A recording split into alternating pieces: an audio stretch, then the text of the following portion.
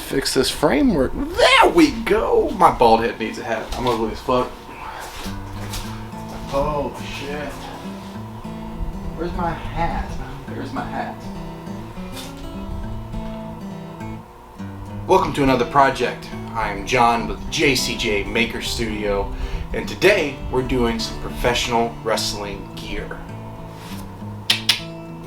So today we have a very common work day, multiple gears to do. We're going to take you through the process of making one of those gears, which is for a very interesting individual. He is wrestlers come in all shapes and sizes, some extremely tall and large and wide, and some extremely of the smaller scale and stature, and that's what we're having today.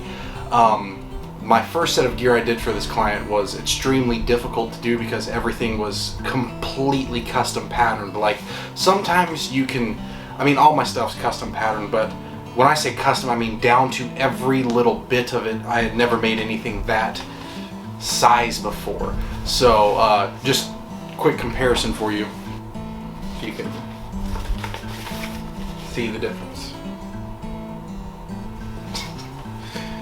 Yeah, so it's definitely an interesting build. It is an all white base with some blood splatter effect, some wing stuff, some logo applications, some really cool things. So we're gonna jump right into the project and get started.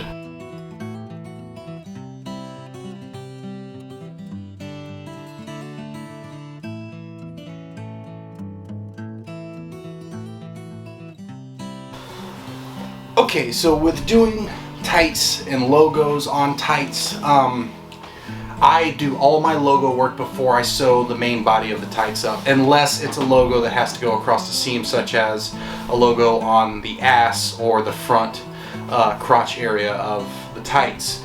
So what I'm going to do now is add some accent pieces, some cool stuff to make this base white more eye-catching. Something in wrestling you want is to be eye-catching and, you know, make and stand out in wrestling. You want to be able to, you go into that ring and you're putting your life on the line every time you step in that ring, and you're taking bumps and taking years off your career and years off your life. You don't want to go out there, I mean, some guys go out there in jeans and a t-shirt and that works for them, but if you're going to invest in gear, you want to stand out and look good. So we're going to make these just pop a little bit more than just this plain white. We're going to take this hexagon and maybe add some cool stuff on there, so it just kind of gives some dimensions to the base before we apply the logos on top of that. So let's kind of freestyle and see what we come up with. This is the fun part of my job. I get to kind of freestyle and just see what creative juices I get flowing. So let's get creative.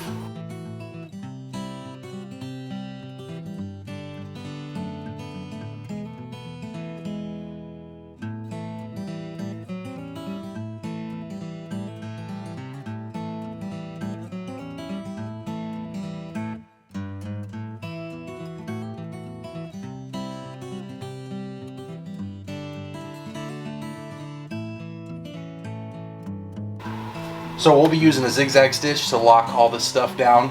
Zig Zag is the most secure and stretchiest stitch I use for this stuff. Straight stitch would break the stitches over time. Zig Zag holds up very well. That's what we're going to be using.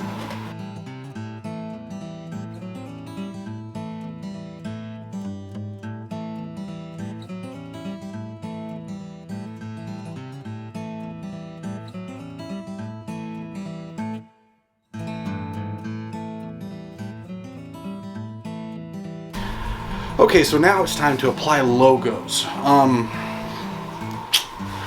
So we're going to be doing a mix of vinyl and some actual paint work is what I'm thinking.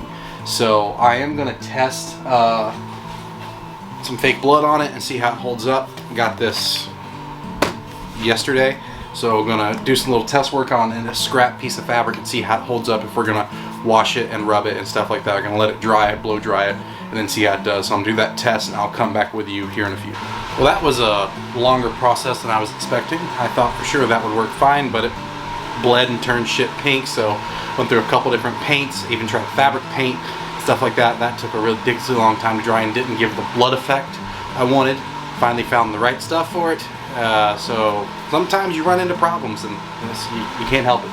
So, but I have it now, so I'm going to apply that to the pant leg, the tights leg, and then I can add the logos on top. So let's get to that right now.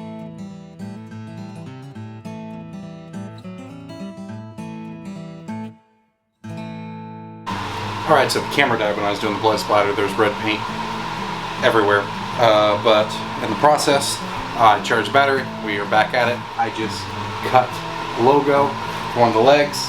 We're going to weed it and get ready to apply it and then sew it all down. So let's weed this out real fast.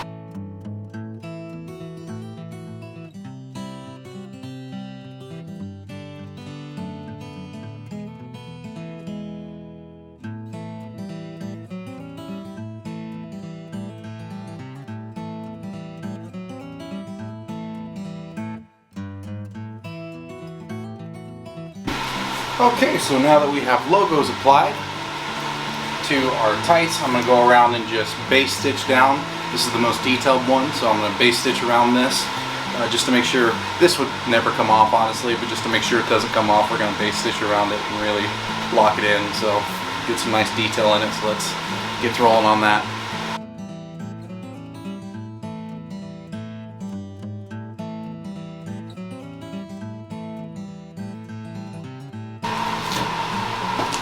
So one thing about white gear is this style of fabric can come off a little sheer occasionally.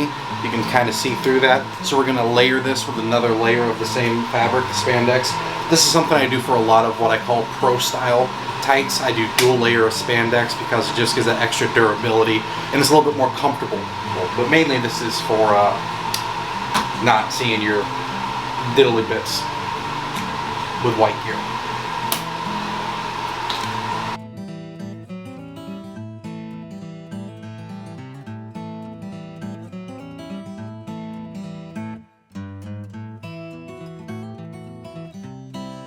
Alright, we've done the first stitch. We're now going to open up the tights and sew the seam allowance flat. That's just for comfortability, and also that's a double stitch for me. That's more security. That way it's not so much strain on the main seam.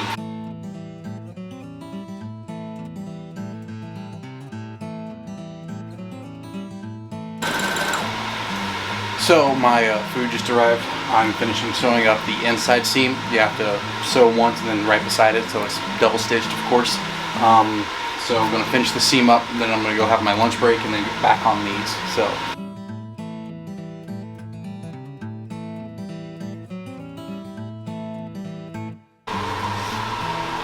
Okay, so we're going to install the waistband now. I'm back from lunch. Waistband.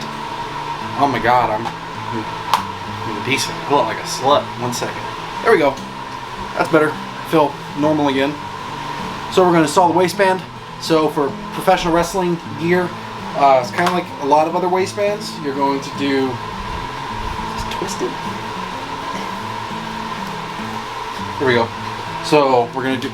What in the French fucking toast is going on back here?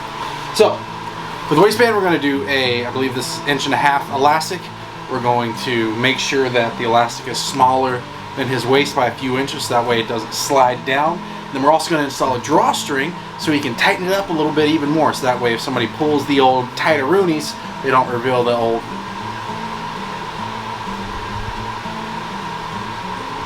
tiny moony. I don't know. Let's do this.